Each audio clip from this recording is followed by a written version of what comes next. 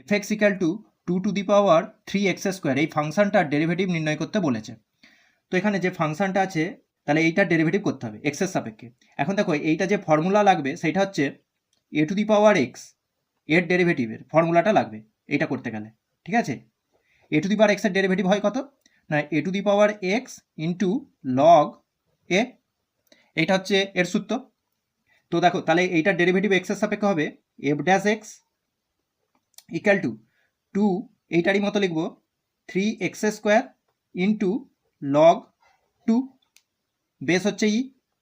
ঠিক আছে, আবার দেখো চেন রুল অনুযায়ী এবার এই 3x² এর ডেরিভেটিভ হবে কত না 6x, 2টা সামনে চলে আসবে, তাহলে 3 দুগুণে 6x, তাহলে এটা হচ্ছে 3x² into 6x into log 2 বেসি, তাহলে এইটা হচ্ছে অ্যান্সার। সেই হিসাবে দেখো এইটা ডিএতে আছে,